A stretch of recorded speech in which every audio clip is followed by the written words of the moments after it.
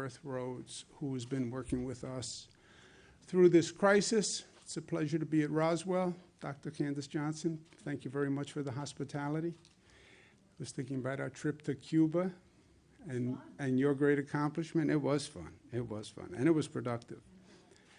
And it's always a pleasure to be with my friend, my partners, the great mayor of the city of Buffalo, Byron Brown, and the great county executive of Erie County, Mark Polenkars. Thank you for everything you've been doing to get us through this.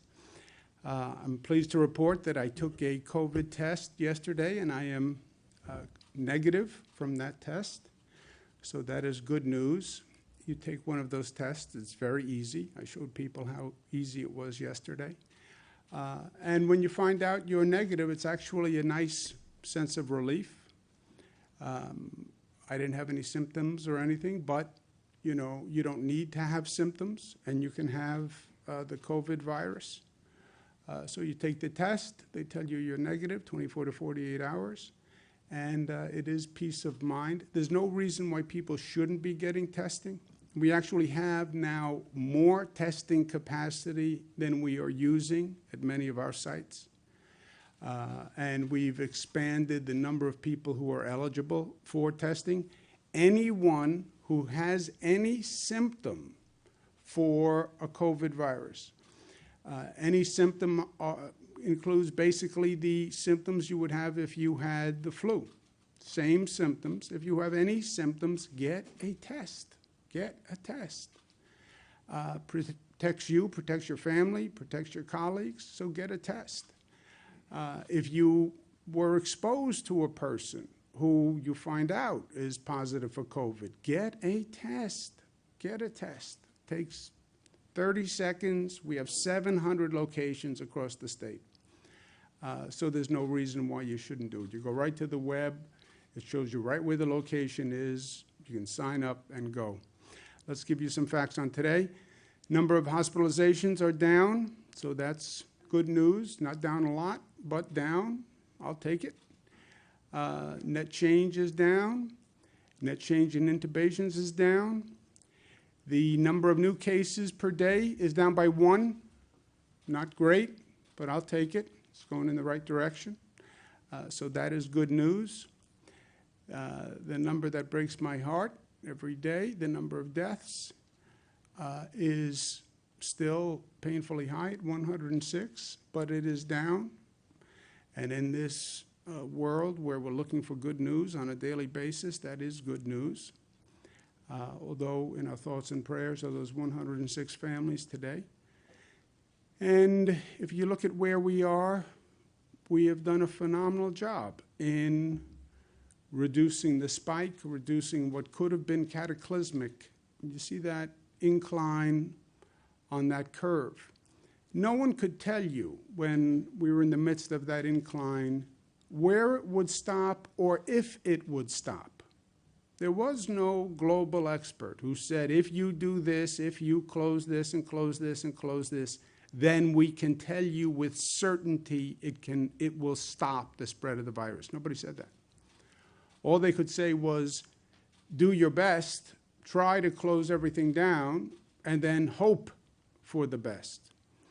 And New Yorkers responded. We had the highest number of cases in the country. New Yorkers responded with great unity and great discipline, and that's why that curve turned. We hit the apex, and we're on the way down. You also see how slow the way down is.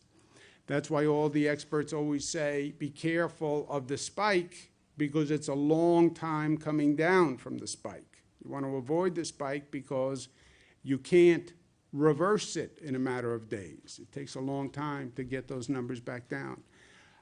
And this is with everything we did and with all the loss and pain we suffered. This is how long it took to get those numbers down.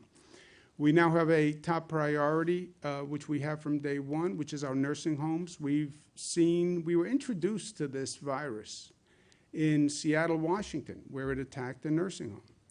The most vulnerable population in the most vulnerable place, senior citizens in a congregate facility. That's how we were introduced to this virus, and I'm afraid that's how we're going to leave this virus. So protecting our nursing homes and seniors has been a top priority. Last week, we put in place a requirement to test all staff at a nursing home twice per week. Why? Well, number one, it keeps the staff safe. Number two, if you see an increase in the positive among staff people, it's an alert that you probably have a real problem in that nursing home, because chances are the staff are getting it from the nursing home or giving it to people in the nursing home. So if you watch what happens with the staff, it's a canary in the coal mine for what's happening in the nursing home. And third, it clearly keeps the residents of the nursing home safe.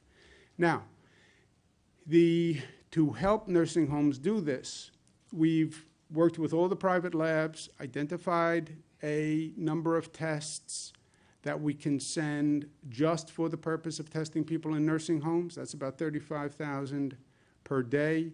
We're sending 320,000 test kits to the nursing homes today to help them do this. With everything we're doing, I know the nursing homes operators are not happy about this. I get it. It's very hard to administer. The staff all have to be tested twice a week. Okay, we're giving test kits. We've set up lab capacity, but it is still an operational issue. I understand that. And I understand that no other state is doing this. And I hear that quite often from the nursing homes. No other state is requiring that the staff be tested twice a week. I understand that. I understand we have the most aggressive standard in the nation. But I also know that it is necessary. And look, from day one, we said this was going to be hard. And we said we drew bad cards in this hand. New York did have the highest number of cases, not because we did anything wrong, but because the virus fooled everyone, and we were closing down China, and the virus had already left China and gone to Europe. And by the time we closed Europe, 3 million Europeans had come from Europe and landed in New York airports. And that was happening, and we didn't know. Closed China was already gone by the time we closed China. And it had left Europe by the time we closed Europe. That's why New York had that cluster. Those flights from Europe come here. They land in JFK, they land in Newark, people take connecting flights, they're coming here. So that brought the virus here, that's why we have the numbers we have.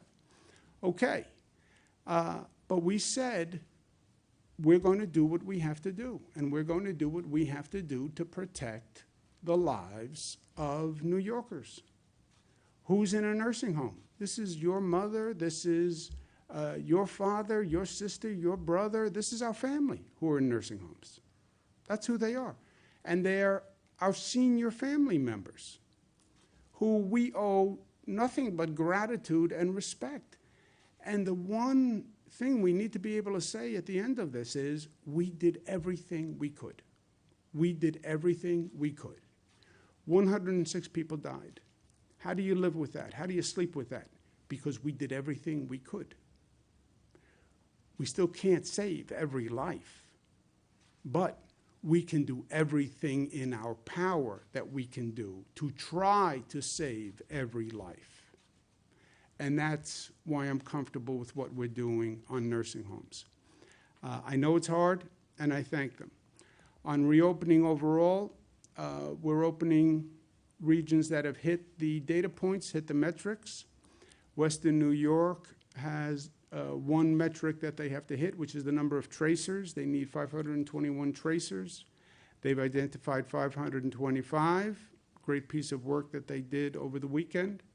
I want to thank the mayor. I want to thank the county executive, all the regional officials who found people to serve as tracers. They're going to be trained tomorrow, and that means all the metrics will be hit, and Western New York will open tomorrow. So that's exciting.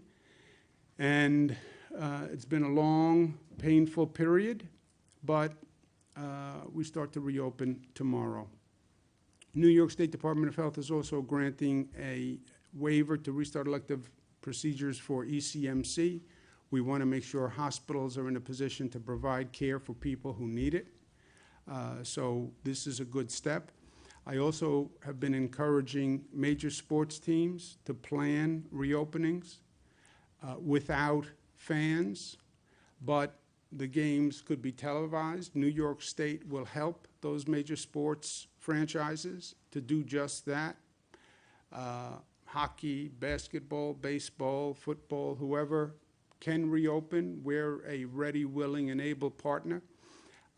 Personal disclosure, I want to watch the Buffalo Bills, but I'm still objective. I'm acting as governor. There's no personal agenda here. Yes, I do want to watch the Bills, but that is not subverting my role as governor. I think this is in the best interest of all the people and in the best interest of the state of New York, even though I do have a coincident personal agenda because I want to watch the Bills, but they are separate agendas. At least someone say I have a conflict of interest.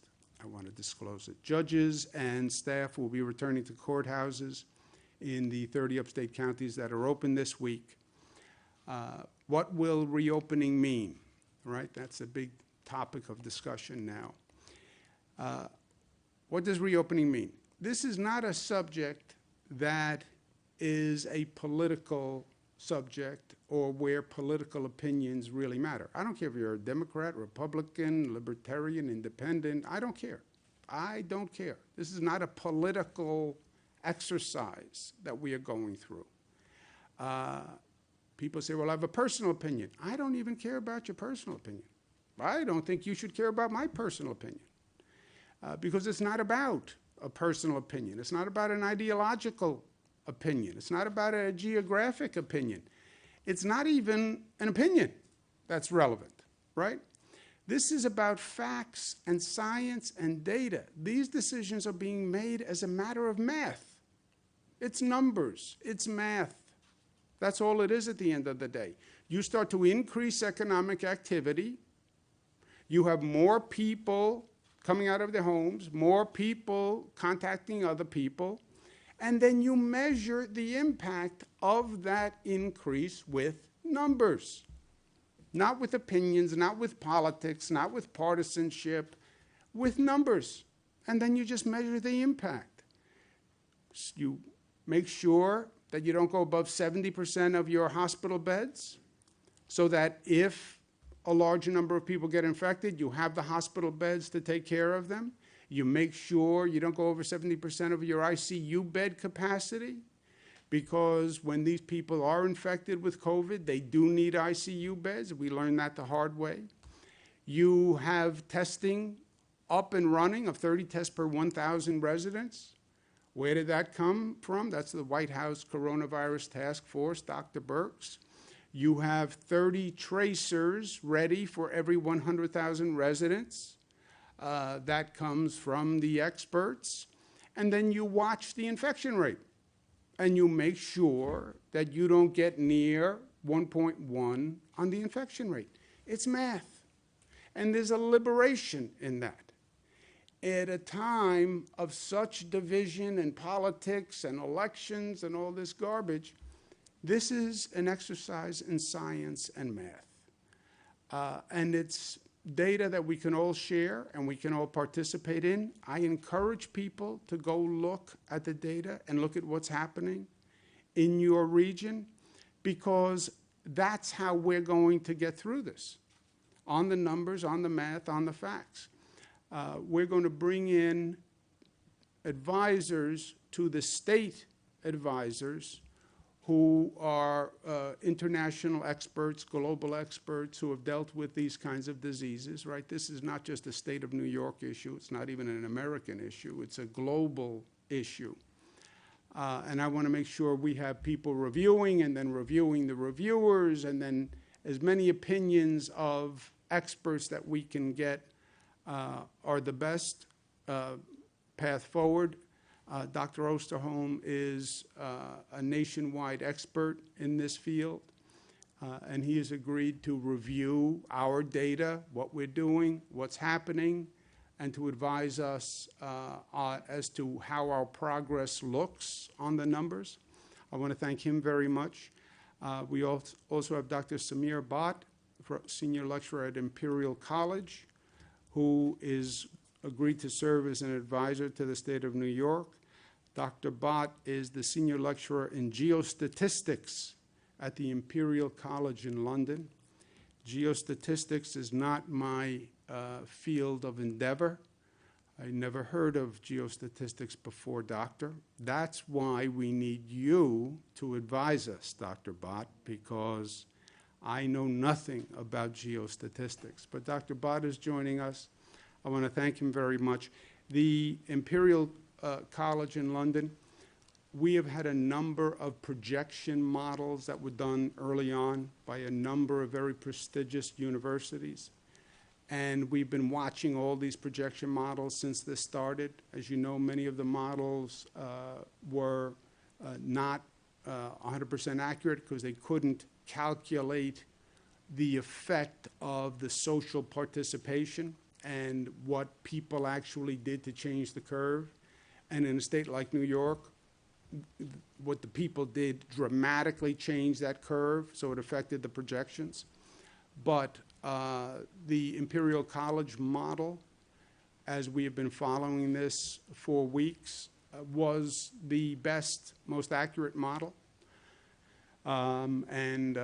Therefore, I think Dr. Bhatt deserves all our thanks because they really helped us all through this to date. And I want to thank him very much for taking the time to advise us, not just on how we constructed our model to date, but what happens going forward as we increase the economic activity and we start to see numbers change.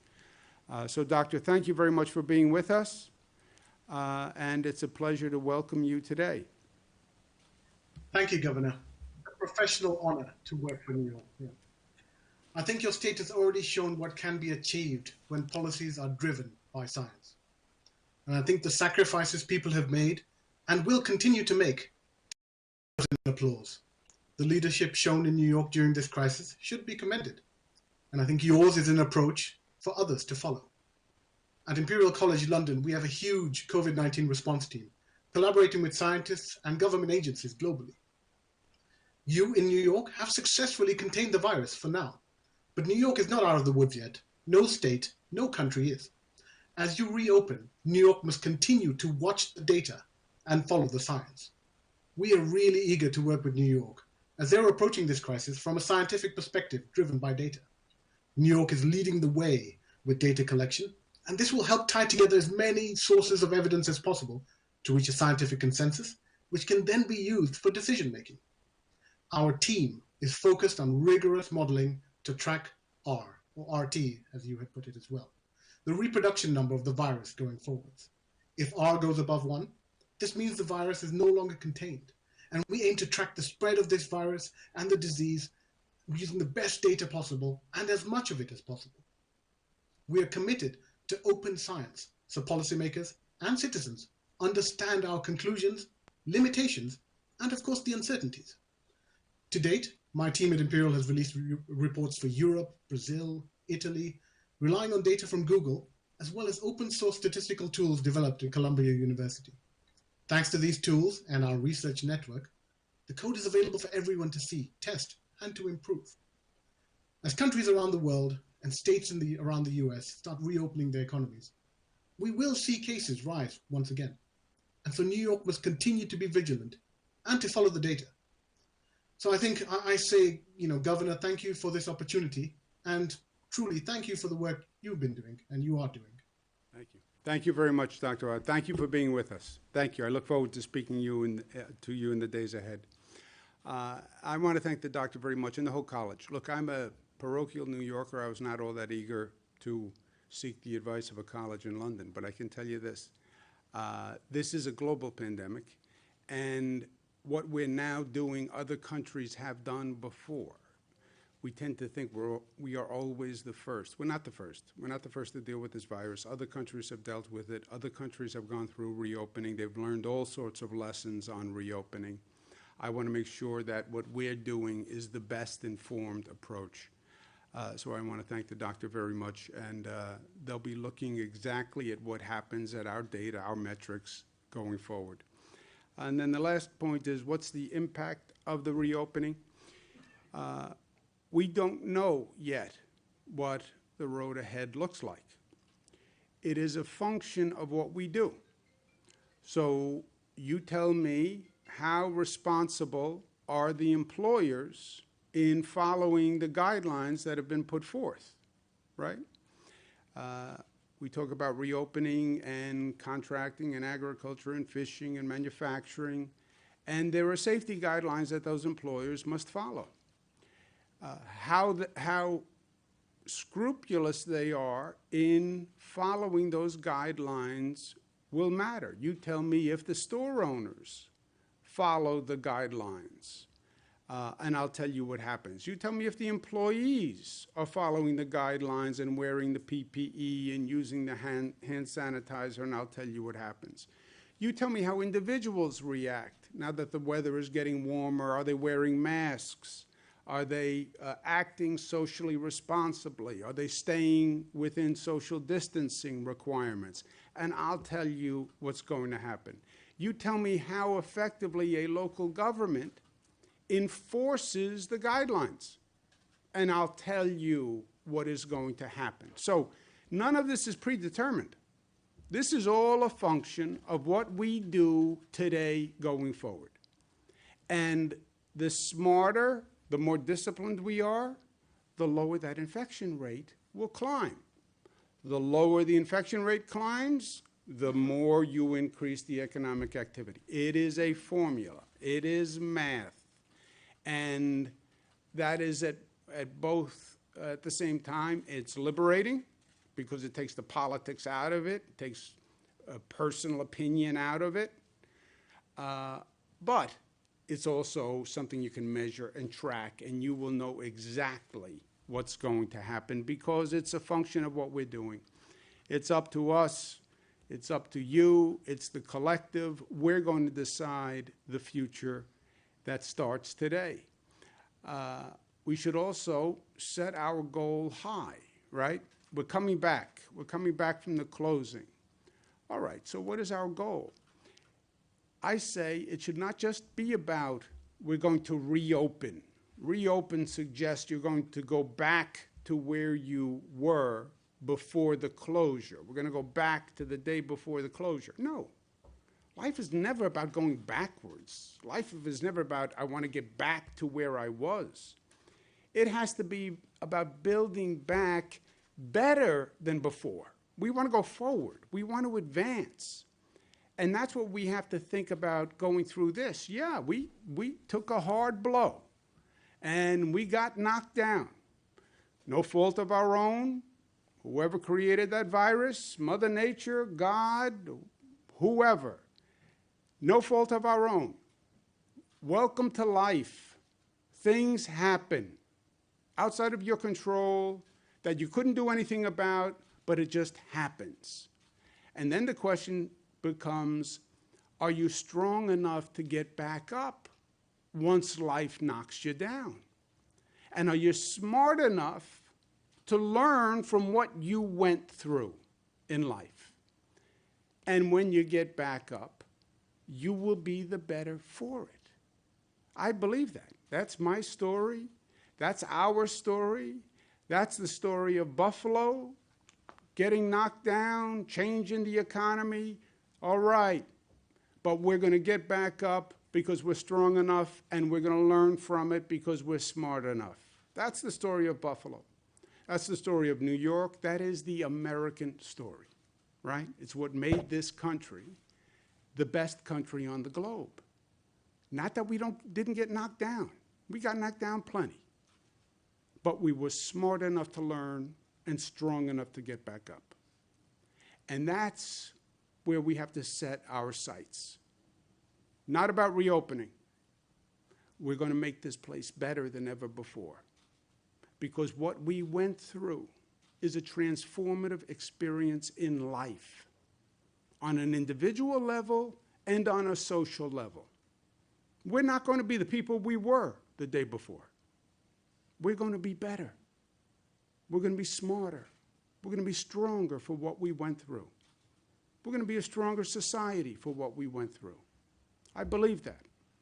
And we're going to have a stronger Buffalo, a stronger New York, and a stronger America.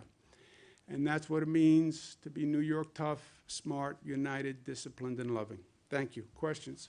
Governor, it appears, if I understand the numbers right, that the state reset some of the metrics to make Western New York eligible to reopen. That's the way it looks, at least. Can you explain that or clarify that, specifically hospitalizations and hospital deaths? The hospitalizations and hospital deaths are on a 3-day rolling average. So you have to compute it from a 3-day average. And that's what we've been doing. And then you pick a date, and it's 3 days from there. I don't know anything beyond that. No, that's correct. It was the net change in the daily spike in cases couldn't exceed 15 hospitalizations or 5 deaths over a 3-day rolling average, or the 14-day straight decline. It was always either or. So in this instance for Western New York, it's on that rolling average, and the rolling average of the last 3 days. The hospitalization is actually -6 on the 3-day rolling average, and the deaths is 2. So it falls under. Sorry, Melissa, the website though notes it's the maximum of that 3-day rolling average, which It's would be 28. no, it's over the course of the 3-day rolling average, and it's the last 3 days. 3-day rolling average is just that. Take the last 3 days and average it. There is a large contingent of New Yorkers frustrated with your comments yesterday about unemployment. You said yesterday that the majority of the backlog had been cleared. Thousands of New Yorkers say they filed in March, they haven't heard, they have recertified every week, they have no money, and they can't get through the state still. Have you heard from those people, and what is your message to them? Commissioner Reardon's going to be doing a call today to speak to that directly, but as of this morning, we've now given out $9.2 billion to 2 million New Yorkers. That's not to say that everybody has been paid. As I said, there's 3 major categories that are left outstanding for anyone beyond the 3-week backlog, and that is either hasn't certified partial information. A lot of those people fit into the partial information category where either a social security number is wrong or one of the pieces of information that the Fed's mandate has not been turned in or has not been verified, or suspected fraud. And we actually have Department of Labor specialists that are actively not just waiting for people to fix those issues, but reaching out to those people directly to try to rectify them. That doesn't mean every single person has been cleared from the backlog. It's the majority of the people have been cleared from the backlog, and the fact that now 2 million New Yorkers have been paid, and it aligns with the number of New Yorkers who have filed. We're getting very, very close. So for the people who are outstanding, that is now the exception, not the rule, and DOL is working round the clock to address those issues. And Commissioner Reardon will be speaking again exclusively in a call today just to answer questions on this. You won't say how big the backlog is. How She big is will the today. She will today. She's going to address it today. Yeah, but also let's remember the context. You know, people are angry here, people are angry here. People are angry everywhere right now with good reason. Here's the needle you have to thread, right? We have an unprecedented number of unemployment claims. It has overwhelmed every state in the United States of America. I talk to governors all day long. Everyone is dealing with this. Federal government just passes a new law a couple of weeks ago, changes all the rules. All the states have to change the program to fit the new rule. And you're getting literally millions of calls where you got thousands of calls previously. Come up with a better system, a better website, more phones. We have 3,000 employees on phones and the website. Get the money out the door, get the money out the door, get that money out the door. Then you have another pressure, which is, hey, this is taxpayer money. Make sure there's no fraud. I hope you're not giving out money to somebody who doesn't qualify. I hope you're meeting every federal test. All that 476 criteria, I hope you're checking every box. And now you're getting fraud alerts. We think people are defrauding the unemployment system. We think there may be widespread computer cyber fraud where these people don't even exist. And it's a fraud scheme all done on a computer because you're not seeing people anymore, right? There's no person who walks in the door. It's all on the other side of a computer, and you're giving out billions of dollars in this country. So be careful that you're not being subject to some kind of computer fraud and you're responding to Susie Smith, but there is no Susie Smith. Susie Smith is really a computer terminal in some other country.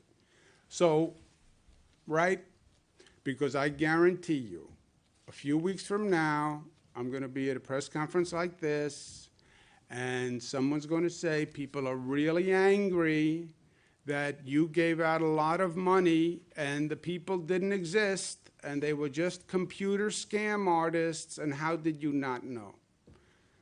So, Governor, a local law firm has filed a suit in federal court against you and against the Attorney General in its claim. The order is to force people to work off-site. They call it an abuse of power. Have you had a chance to review this lawsuit? And we're eager for your opinion if you have. I have not seen the lawsuit or heard about it. The theory is it's wrong to ask people to work off-site? They complain that by forcing some of their employees to go home to work off-site, they're calling it an abuse of power by the state. Yeah, I don't know, yeah. Look, a lot of people say a lot of things, right? That falls in that category of a lot of people say a lot of things. Governor, today's Victoria Day, which normally in Niagara Falls, all the hotels would be full, the Miss boats would be jam-packed, and I think the Lieutenant Governor last week heard an earful from the tourism folks. In the later phases, what game plan do you have to try to get tourists back to New York State? Well, tourism is not going to be just a New York State question. It's a national question. It's an international question. When will people get back on planes, right? When does the economy bounce back that people have money to spend on tourism? The jam-packed boats, that's going to be a question of when can you do jammed-packed? When can you do a jam-packed stadium, a jam-packed restaurant, a jam-packed bar, jam-packed boat? You know, they're all going to be in that jam-packed question. On that note, when you say you're encouraging professional sports teams to reopen without fans, is that just for the foreseeable future? Do you foresee that for the end of the NFL season? And, well, I think how much should state and local officials be part of those conversations about what these professional sports teams should do? Well, first, my opinion is they have to do a ramp up anyway, right? They have to start. They have to have a camp. They have to go through administrative procedures. If they can economically have games with no fans and the numbers work for them, the economics work, because the TV revenue is enough without the fan revenue, and that's actually a sport-by-sport determination. Some sports actually rely more on the TV income, televised income, than the stadium arena income. But if they can make the numbers work, I say great. Come back. The state will work with you because remember, government rules right now could stop a team coming back, right? What's essential, what's not essential. So I'm saying the state will work with them to come back. They have to make their own economic decision whether that economic model works for them. Can you do hockey without fans? Can you do baseball without fans? Can you do football without fans?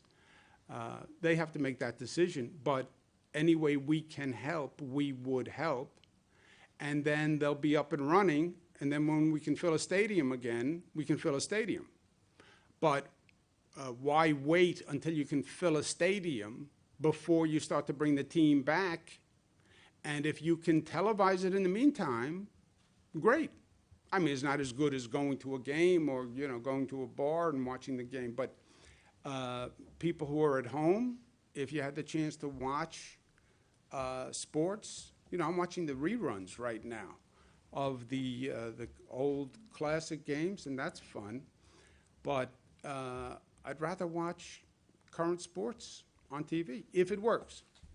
Governor, what about houses of worship, libraries, things Same like that? thing. What's the schedule for them? There's a lot of clamoring about, Yeah. especially worship. Yeah, it's the same thing. It's all, jammed boats, jammed temple, jammed churches, anywhere where you have the concentration and the density, the gatherings, that is the issue. The gathering is the issue. Remember what we learned, right? We've made mistakes, so let's not make the same mistakes twice. We had the first hotspot in the United States. The first, they called it a hotspot, before it was even called a hotspot. The first super spreader, before they even called them super spreaders, was New Rochelle, Westchester. How New Rochelle, Westchester? One person who went to a religious gathering and then a ceremony infected dozens and dozens. You know, when they talk about the meat processing plants in the Midwest and the outbreaks in the meat processing plants, it has nothing to do with the meat. It's the fact that you had 1,000 employees, 500 employees. We have a situation in Madison County. You have a couple of hundred people, and you have one person who's infected, you have a problem. So they all come in that same category. Nobody can tell you when you'll be ready for that, but the answer is follow. The answer is everybody will know, because if you follow the numbers and you follow the math, you will watch that infection rate and you will see the trajectory of progress. It's that simple. Do they fall into in terms of those 4 phases for reopening? I mean, do they fall into 1, 2, 3, or 4? Oh, that's on the website. Does anyone know what? It wasn't. I don't think Oh, the houses of no. worship isn't on there. Robert? Houses of worship, as if you were just to open them up regularly with new guidelines, would fall in the last stage, because as the governor said, that's a mass gathering. The same thing with a stadium, the same thing with any situation where you have a lot of people together. All right, the question is whether or not you could do something less than that. But that's still an open question, is whether or not you can. It hasn't been determined whether there could be a small group, like 10, 15, 20 people. Right, not yet. I spoke to a nursing home administrator Friday who said they had no idea the state was sending them testing kits, and they were being told they had to pay for them themselves, went out, procured some on their own. What's the line of communication between the state and nursing homes in terms of how we're going to get these kits to you and how many you're going to get? Well, we're on daily communication. This scale of testing is new for everyone. Everyone is trying to figure out how to get tests, how to buy tests, how to get the testing kits, how to get the testing machines. Hospitals are doing that, labs are doing that, nursing homes are doing that, employers are doing that. So that is nothing new. We just worked very hard over the weekend, secured testing capacity from the labs, private labs, that will be set aside for nursing homes, and testing kits that we can procure and send to nursing homes to help them. Also remember, nursing home staff is a person. You could be a nursing home staff. Okay, go to a drive-in, go to the CVS, go to Rite Aid. There's a lot of places that you can now get a test. And we have many places that are underutilized, right? We have some drive-ins that can do 15,000 tests a day. They're only doing 5,000 tests a day. I mean, we work day and night to get this testing capacity up. We're not even using it right now. So you can say, if you're a nursing home, look, it's a operational pain. People don't want to get tested twice a day. I understand that. But we know that there's the ability, 700 testing sites around the state. You can go right now, and you could get a test right now. Just go through a drive-in on the way home. I stood up yesterday, had it done, showed people how easy it was. I understand they don't want to do it, but these are senior citizens, and I want to be able to say on behalf of the state, we did everything we could. And testing twice a week of a staff member, I don't think is excessive. Well, why don't we do once a week? You do once a week, you take a test on Mondays. You got infected on Tuesday. So Tuesday, Wednesday, Thursday, Friday, Saturday, Sunday, you spread that virus in a nursing home. And then you found out a week later when you tested positive. You know how many people you could have hurt by then? That's why twice a week. Sir, we'll take one more. You talk about how important it is to listen to experts here on this stuff. If you talk to the experts on nursing homes, they'll tell you before COVID-19, New York State had one of the lowest levels of care in nursing homes and some of the most lax enforcement by the state health department. So is the state not in some way to blame for what happened? Yeah, I don't believe that experts would say that. You know, we have over 600 nursing homes. We've had one of the best nursing home systems in the country for a long period of time. You know, you can always have people who say, well, you should do more. That always happens. And we are doing more. And by the way, now we're doing more. And they're complaining that we're doing more than any other state. You can't have it both ways, right? Given the outsized impact. Last question. Yes, ma'am. Given the outsized impact that some counties have on an entire region, has there been any thought given to publicly posting the county breakdown as far as the reopening metrics go? Because right now, those aren't available. And is there any more clarification you can give regarding how much time we need to wait between reopening phases? We've said 14 days is a general guideline, but depending on what the metrics show, maybe they might be able to open sooner. Can you elaborate on that? Yeah, 14 days is the guideline because it's basically the incubation period of the virus, right? It will show up in about 14 days. If a lot of people get infected today, there's then an incubation period, then there's symptoms or not. And then if all else fails, the way you see the increase is in the hospitalization. You know when the hospitalization rate goes up. But when the hospitalization rate goes up, they call it a lagging indicator. It really is telling you who got infected 2 weeks before. So when you wait for it to happen in the hospitals, you are behind the 8 ball. But you will see the infection rate every day. If the economic activity is increasing, but the infection rate isn't, and the hospitalization rate isn't, and the testing rate isn't, and the antibody rate isn't, then you could say we can get a little more aggressive and increase the rate faster. But it's a pure, and again, what's liberating here is it's a pure function of management of numbers. It's numbers, you know? I want to lose 10 pounds. I'm going to try to lose 2 pounds a week. Okay, it's going to take me 5 weeks. Well, first week I did better. All right. So then you calibrate that way, right? This is just a mathematical calibration. And I want to keep it there because I want to keep it out of politics. I don't want to get into, well, people say you should open faster. People say you should open slower. On what basis? Where do you get that from? Well, I just think you could do it faster. On what basis do you think I could do it faster? Well, I think you should be doing it slower. On what basis do you think? It's not what I'm thinking either.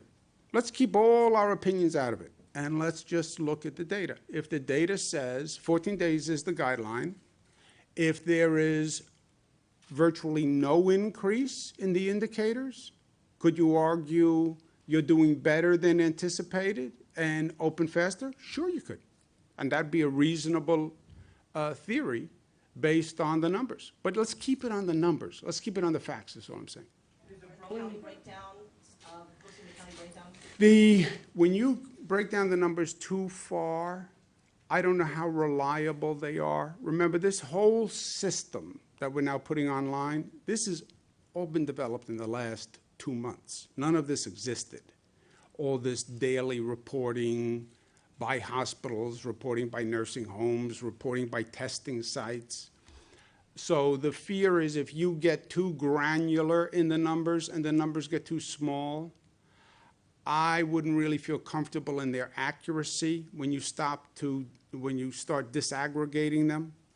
But that is not my field. That's geostatistics, which I never even took. So I just want to make sure, well, that assumes that the county data is reliable on a daily basis. And as someone who knows what many of these counties are doing and how they're struggling, I wouldn't put it up and say it is reliable and I would count on any given day. That's why I say on all these numbers from day one, don't take any of these day-to-day numbers as gospel, because this is just a reporting system that is still being developed. So take them all with a grain of salt. Last question. Really watch, once things reopen, you talk about the individual responsibility, the store shop owner, the bigger businesses. Is someone going to come in and be that kind of watchdog to see that some of these precautions are being taken? Because I think there's kind of a level of different precautions that some people think are they're supposed to take and others aren't taking. And who's going to police whether face masks are being worn in hair salons? Who's going to watch out for that? Well, first, the guidelines are the guidelines. The rules are very specific. They're online. It says exactly what an employer needs to do, an employee needs to do, what curbside pickup is, that an individual should social distance less than 6 feet, an individual should wear a mask when they're not in a position to socially distance or may not socially distance. So the rules are clear, I think. Enforcement compliance is done by the local governments. And we have talked about that a number of times. You have public health people who will be doing the enforcement. Some localities use police to do the enforcement. That's up to the local governments. And also, I believe New Yorkers should enforce it. You know, New Yorkers should enforce it, because this is all about us. This is not really a government function. This is about people working together to achieve a greater goal. You know, I wear a mask to protect you. You wear a mask to protect me. It's my respect for you. It's your respect for me. How these rules are complied with, if they're not complied with, more people will get infected, the infection rate will go up, and then you'll see a necessary reduction in activity, which hurts everyone. So that's, you know, that's how we do it. Yeah, really last question. Chris's metrics question from earlier, because why I think it's important, based on what I understand, is that the state moved the date for that spikes from basically the beginning of the outbreak to May 15th. Based on what I've been reading, that changes the date that Western New York would have qualified by at least 10 days, that we were still at least 10 days off. So can you give a little clarification as to what exactly did move and how much that changed when this region qualified for phase one? Yeah, I don't know anything more than I told you. A 3-day rolling average is a 3-day rolling average going back 3 days from today, right? That's a 3-day rolling average. Yep. And we have numbers for what that 3-day rolling average must be. So today's Monday, Sunday, Saturday, Friday, that's the 3-day rolling average. It's based on the last 3 days, and what we've been very clear on was that once we hit May 15th, as soon as a region met the benchmarks, they could enter phase one. So the time reset on May 15th, which was the end of the pause. The last 3 days, Western New York met the benchmarks. The numbers that I gave you, the -6 on the hospitalizations and the 2 on the deaths for the 3-day rolling average, which allowed them to enter phase one. The New York Forward Book Note says that number can never exceed 15 or 5 respectively, so I think that's where the confusion is. I don't know, you're above my pay grade. It's on the net change in daily spike. It's not exceeding at all, like not from a baseline of 0. It's the -6 in hospitalizations and the 2 in deaths.